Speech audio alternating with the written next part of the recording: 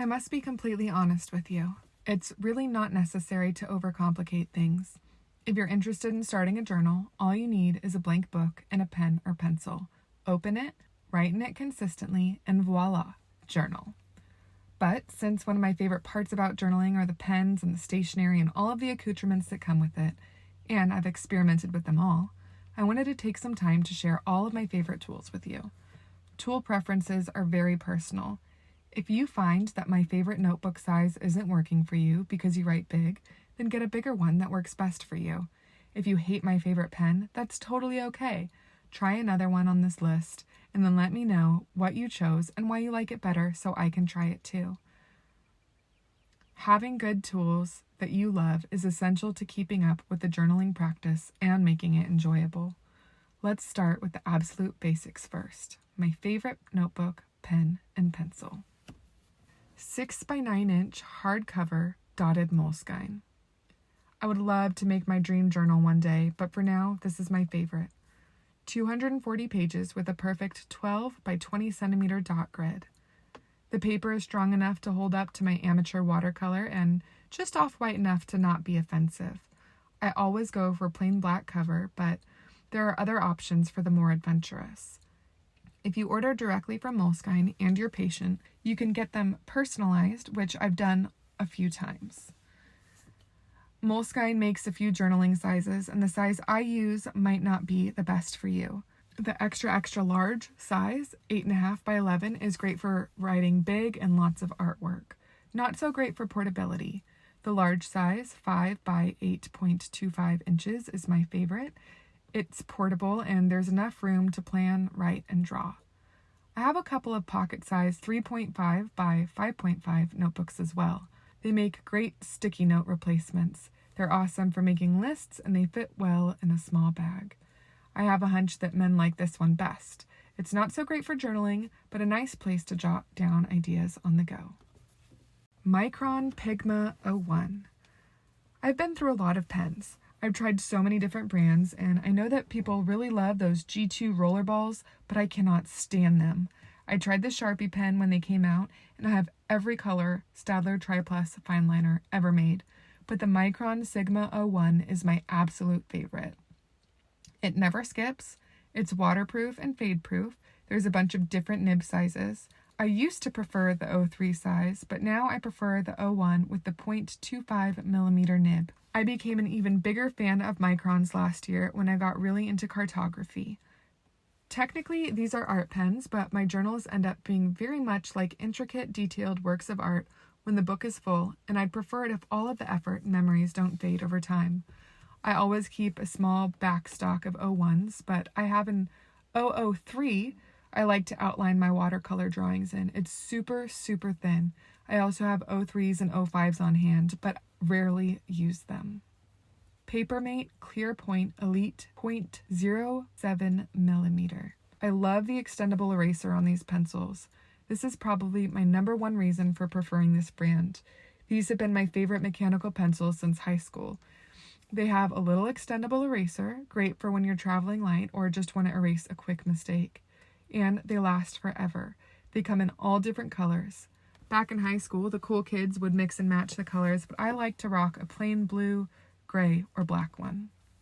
I'm currently using a 0.07 millimeter, but if they make them, I would get a 0.05 millimeter next time just because I tend to use a lot of pressure when I write, and the thicker lead seems to smudge and smear a little bit more. And I think thinner lead would leave me a little more detail when that happens. Staedtler Mars Plastic Eraser. If you're going to use a pencil and ink in later, I love a nice extendable eraser. This is the one I like to use, but any pencil-sized eraser is nice to slide into your pencil pouch and take on the go. I also like to pair this with a big fluffy brush to get all of the eraser crumbs off the page. Westcott Stainless Steel 6-inch/15 centimeter ruler. It's the perfect size to take with you. The back has cork so it doesn't slip, and it holds the straight edge slightly off the page, so if you're using it to make a straight line, your ink won't smear. And it's well made so it will last forever. A lot of layouts are much quicker and easier to sketch out with a ruler, and if you like your lines to be super straight, then a ruler or straight edge is an absolute necessity. The above items are my essentials. The items below are just for fun. Nail scissors. Because I really like the pencil and then pen method, it's really nice to notch my completed pages. As I move through my books and more pages get notched, it gives me a profound sense of satisfaction.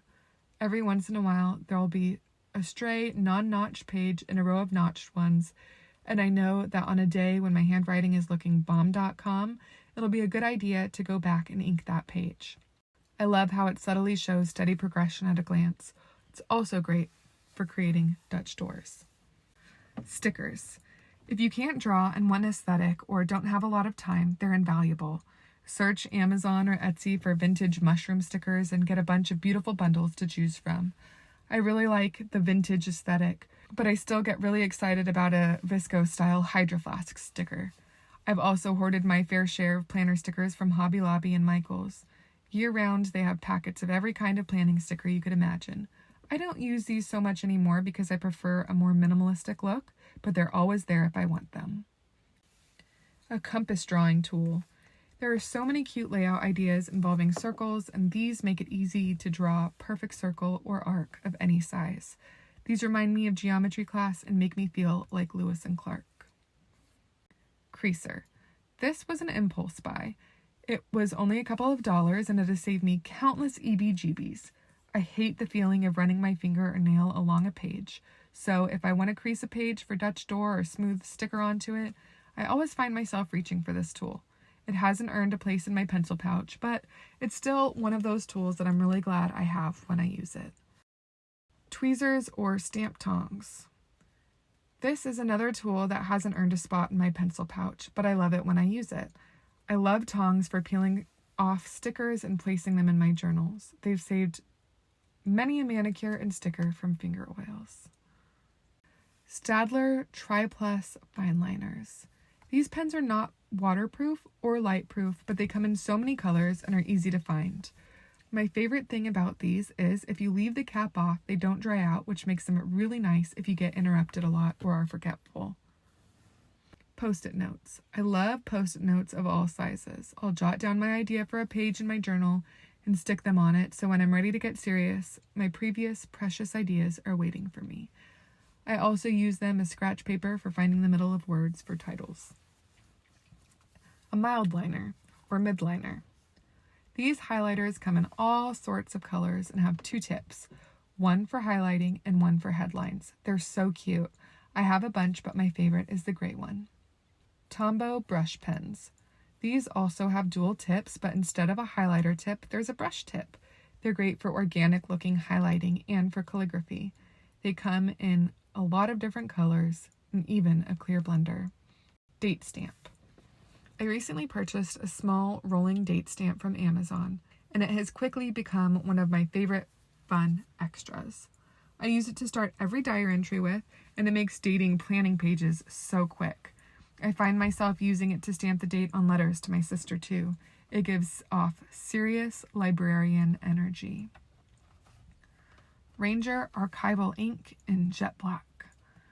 If you're going to use a date stamp, you're going to need a stamp pad. And if you're going to get a stamp pad, you might as well get a high quality one that's waterproof. These ink pads are made for artists and work great with watercolors. They're also acid free. There are so many other fun accessories you can get for journaling. There's planner stamps and awesome stencils and so many more pens and art supplies you can invest in. Ultimately, find a book and a pen or pencil that you love and you're all set.